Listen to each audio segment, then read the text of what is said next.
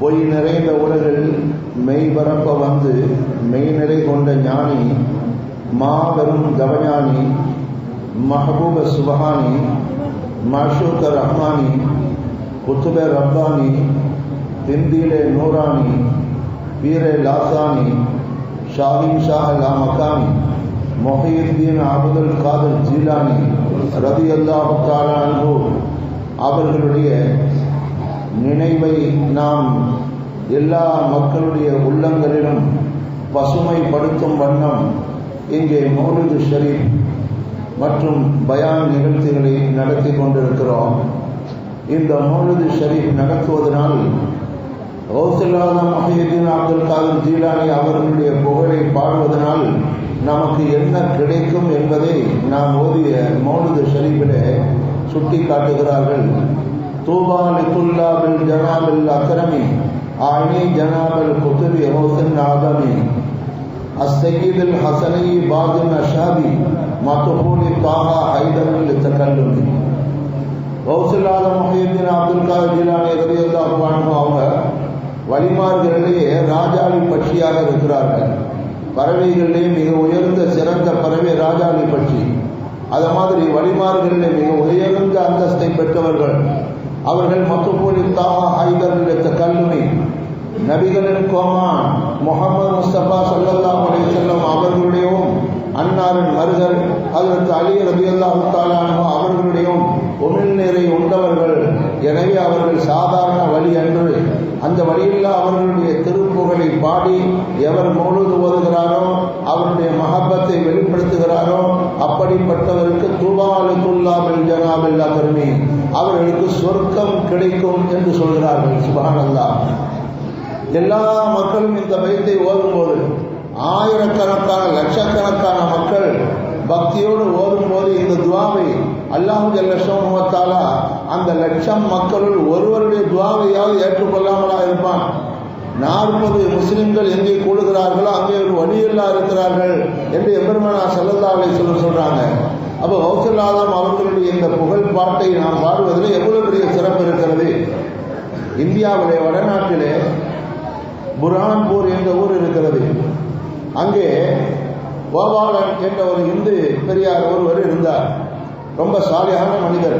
ஆனால் அவரோ முஸ்லிம் அன்று. அவர் ஒவ்வொரு ஆண்டும் கௌசுல் ஆலம் மொஹீயுத்தீன் அப்துல் காதிர் ஜீலானி அவர்களுடைய மௌலிது ஷரீஃபை தன்னுடைய வீட்டிலே மிக பிரமாண்டமான முறையில் நடத்தி மாபெரும் விருந்தோம்பல் செய்து உலமாக்களையும் ஹுஃபாதுகளையும் அழைத்து அவர் விருந்து கொண்டிருப்பார். இது அவருடைய அன்றாட ஒவ்வொரு வருடமும் நடக்கின்ற வளமை. இப்படி இருக்கும்போது ஒரு நாள் அவர் கௌசுல் ஆலம் அவர்களுக்கு கொண்ட மஹப்பத்தினால் ஈமானும் கொண்டார். ஆனால் தவிர்க்க முடியாத காரணத்தினால், உள்ளூரில் உண்டான சில வன்முறையாளர்கள் அல்லது வேறு சில காரணத்தினால் அவருடைய ஈமானை யாருக்குமே சொல்லவில்லை.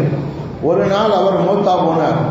மரணித்த பிறகு இந்து சகோதரர்கள் அவர்களுடைய மத வளமைப்படி அவருடைய ஜனாசாவை நெருப்பிட்டு பொசுக்கினார்கள். எவ்வளவுதான் நெருப்பை வைத்தாலும், மண்ணெண்ணெயை பெட்ரோலை அள்ளி வீசினாலும் ஒரு சிறு பகுதி கூட அவரது உடல் எரியவில்லை. எப்படியாவது சிதைக்கு தீமூட்டி ஆகி அதை எரிக்க வேண்டுமே என்று பல்வேறு முயற்சிகளை செய்தார்கள். இருந்தாலும் அவரது தேக்குமர திரேகம் தீக்கரையால் தாக்கப்படவில்லை. அல்லாஹ்வால் சொர்க்கத்தில் தூக்கப்பட்டது. எப்படி என்றால், கௌசுல் ஆலம் மொஹீயுத்தீன் அப்துல் காதிர் ஜீலானி அந்த ஊரிலே வாழ்ந்த ஒரு முஸ்லிம் பெரியாருடைய கனவிலே வந்து சொன்னார்கள், அருமை சகோதரா, இந்த ஊரிலே அவாத்தான அந்த கோபாலன் என்ற பெயர் பெற்ற அவர் என்றோ இஸ்லாத்திற்கு வந்துவிட்டார்.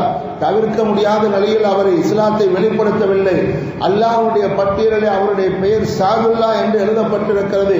நேற்று எழுதப்பட்ட எரிக்கப்பட்ட தீ என்ன, இன்னமும் எத்தனை நாள் அவருடைய உடல் எரிக்கப்பட்டாலும் ஒரு சிறு பகுதி கூட எரியாது என்பதை அந்த சகோதரர்களுக்கு நீங்கள் சொல்லி அவருடைய ஜனாதாவை வாங்கி இஸ்லாமிய முறைப்படி நீங்கள் கஃன் செய்யுங்கள், தஃன் செய்யுங்கள், அடக்குங்கள் என்றார்கள் ஹஜ்ரத் கௌசுல் ஆலம் மொஹீயுத்தீன் அப்துல் காதிர் ஜீலானி அவர்கள்.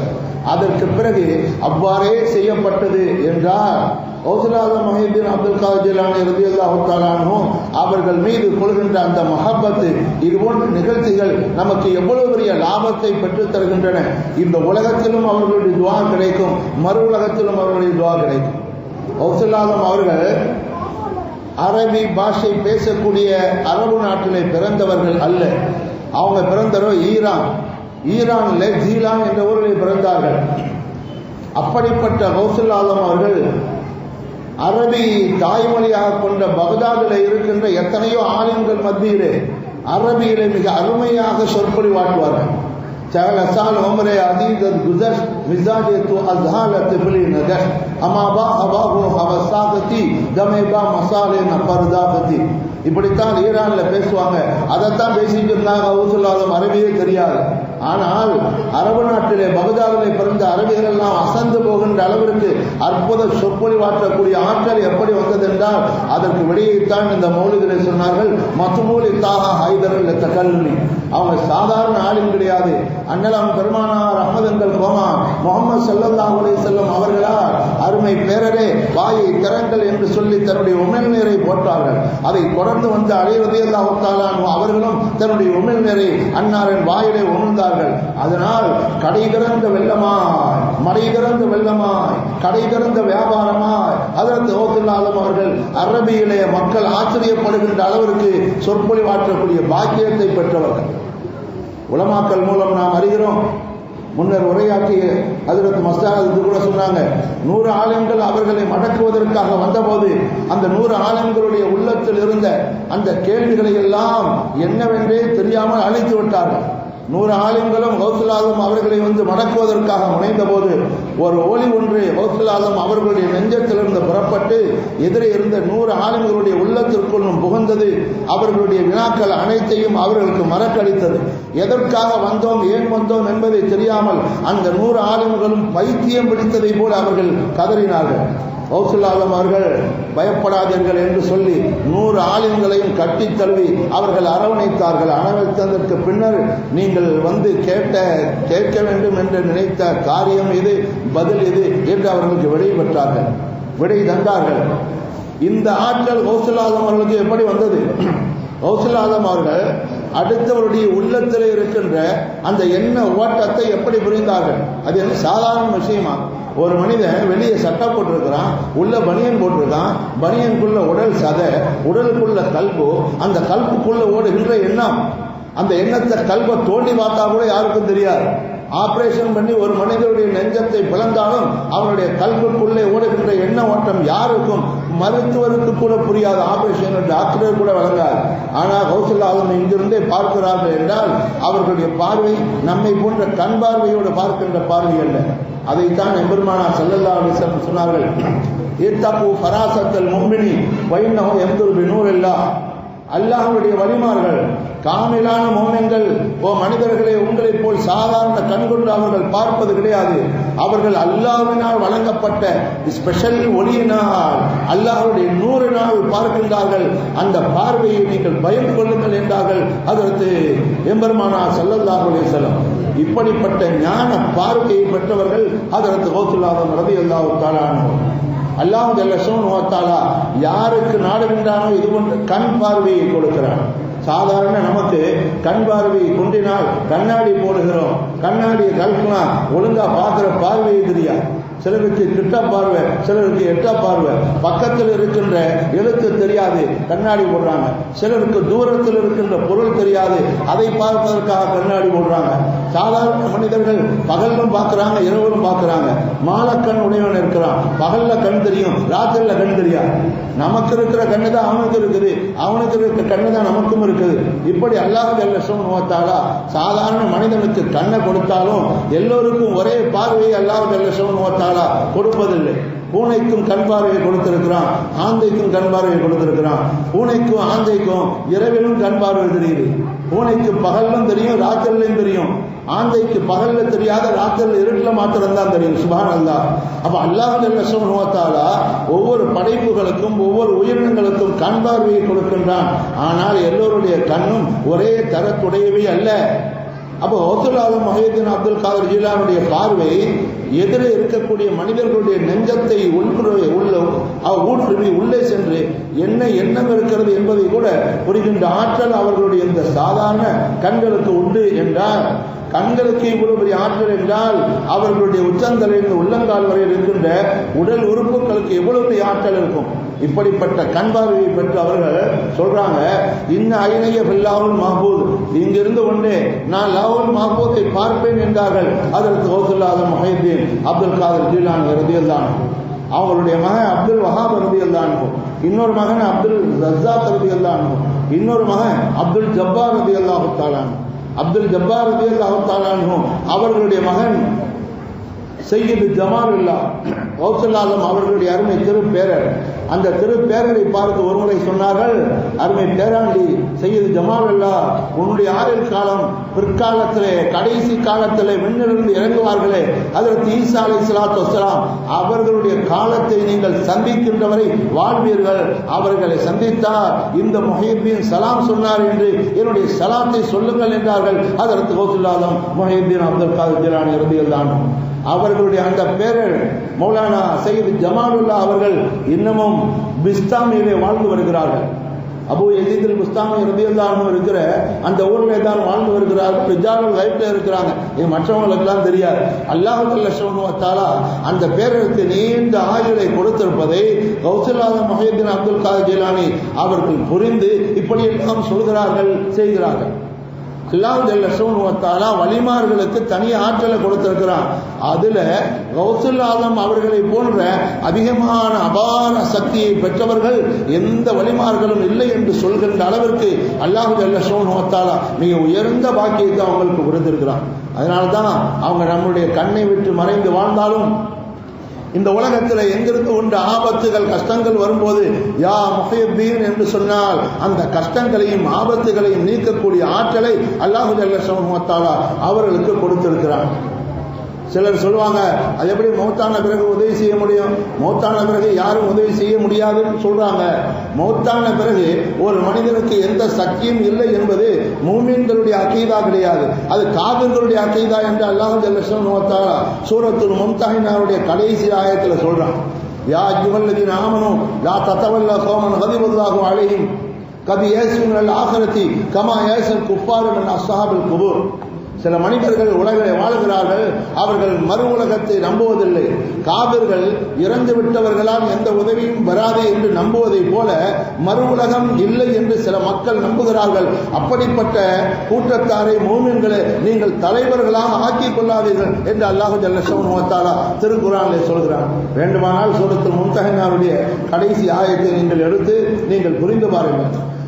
அஸ்ஹாபுல் குபூர், கபருக்கு போனவர்களால் எந்த உதவியும் செய்ய முடியாது என்று நினைப்பது காபிர்களுடைய வளமை, அவர்களுடைய கொள்கை. நீங்கள் அப்படி இருக்க வேண்டாம் என்று அல்லாஹ் சுப்ஹானஹு வ தஆலா இந்த ஆயத்திலே சொல்லி காட்டுவது நாம் எல்லாம் மிக மிக சிந்திக்க கடமைப்பட்டவர்கள். கௌசுல் ஆலம் அவர்கள் மிக அதிகமான கல்வியை பெருமானார் ஸல்லல்லாஹு அலைஹி வஸல்லம் அவர்களுடைய உமிழ்நீரால் பெற்றார்கள் என்பதை நாம் புரிந்து கொண்டோம். நாம் சாதாரண மக்கள், ரசூலுல்லாஹ்வுடைய உமிழ்நீரும் கிடைக்கல, ஹஜ்ரத் அலியின் கரமல்லாஹு வஜ்ஹு அவங்களுடைய உமிழ்நீரும் கிடைக்கல. நம்முடைய கல்வி ஏற்றின் மூலம் பெற்ற கல்வி. கௌசுல் ஆலம் அவர்களுடைய கல்வியோ ஆரம்பத்தில் ஏற்றின் மூலம் கிடைத்தது, பிறகு கஷ்பின் மூலம் கிடைத்தது, பிறகு எம்பெருமானார் ஸல்லல்லாஹு அலைஹி வஸல்லம் அவர்கள் மூலம் கிடைத்தது. இப்படிப்பட்ட மாபெரும் ஞானி மிகப்பெரிய ஆலிமை பின்பற்றியது எதை என்றால் ஷாஃபி மதஹப் தான். ஆரம்பத்தில் ஷாஃபி மதஹபிலே அழுத்தம் திருத்தமாக அவர்கள் இருந்து கொண்டிருக்கும் போது ஹம்பலி மதஹபை பின்பற்றுவதற்கு இந்த உலகத்தில் ஆள் ரொம்ப கம்மியாக இருந்த காரணத்தினால் ஹம்பலி மதஹபுக்கு உயிரோட்டம் கொடுப்பதற்காக கௌசுல் ஆலம் அவர்கள் ஹம்பலி மதஹபில் போய் சேர்ந்தார்கள். அதைத்தான் மாதிஹுர் ரசூல் மௌலானா சதகத்துல்லா அப்பா அவர்கள் அஷ்ஷாஃபிய்ய ஃபஸர்தல் ஹம்பலிய பிலா ஹஜ்ரின் லித்தஹ்தாத பில் கைரின் முஅத்ததிலா. கௌசுல் ஆலம் அவர்களே, நீங்கள் ஷாஃபி மதஹபில் இருந்த நீங்கள் ஹனபி மதஹபை காப்பதற்காக அந்த மதஹபுக்கு சென்றீர்கள் என்று சொல்லி காட்டுகிறார்கள். இதிலிருந்து என்ன தெரிகிறது? மாபெரும் தவஞானி, மாபெரும் அறிவு மேதை, அறிவு களஞ்சியம் கௌசுல் ஆலம் அவர்களே ஒரு மதஹபை பின்பற்றி இருக்கிறார்கள் என்றால் அறிவிலே குறைந்தவர்கள், சாதாரண அறிவை பெற்ற நமக்கு மதஹபை பின்பற்றுவது கட்டாய கடமை. மதஹபை அவன் பின்பற்றவில்லையோ அவன் தால்லாக முதில்லாக தானும் வழிகட்டு மற்றவர்களையும் வழிகெடுத்து விடுவான். அதனால்தான் இமாம்கள் சொன்னார்கள், மன் ரத்தல் ஃபிக்ஹ ஃபஹுவ ஷைத்தானுன், எவன் ஃபிக்ஹ் சட்டத்தை மதஹபுடைய சட்டத்தை மறுக்கிறானோ கடைசியில் அவன் ஷைத்தானாகத்தான் போவான். கௌசுல்லாலுமே ஒரு மதஹபில் இருந்திருக்கும் போது நாம ஏமாத்துறோம். அப்படி இந்த ஞானத்தை புரிந்து கொள்ளாதவர்கள் தான் 10 வருடத்திற்கு முன்பு ஒன்ன சொல்றாங்க, அப்புறம் ஒன்ன சொல்றாங்க. பழைய சட்டத்தை வாங்கி வாபஸ் வாங்குறோம், இப்ப புது சட்டத்தை சொல்றோம்னு சொல்லக்கூடிய கூட்டத்தை இந்த உலகத்துல நாம பார்க்கிறோம். அப்ப கௌசுல் ஆலம் முஹியுத்தீன் அப்துல் காதர் ஜிலானி அவர்களுடைய நினைவு நாளை ஒவ்வொரு ஆண்டும் பசுமைப்படுத்துகின்றனா மதஹபிலே ஸ்ட்ராங்காக இருக்கணும். அடுத்து அவங்க எந்த சுன்னத்துல் ஜமாஅத் கொள்கையில அழுத்தம் திருத்தமாக இருந்தார்களோ அந்த கொள்கையிலே அழுத்தமாகவும் உறுதியாக இருக்கணும். சுன்னத்துல் ஜமாஅத்துக்கு அப்பாற்பட்ட கொள்கைகளை நாம் ஆதரிக்க கூடாது என்பது மாத்திரமல்ல, அந்த கொள்கைகளை எதிர்த்து பிரச்சாரமும் செய்யணும். ஏன்னா அல்லாஹ் சொல்றான், அல்லாஹ்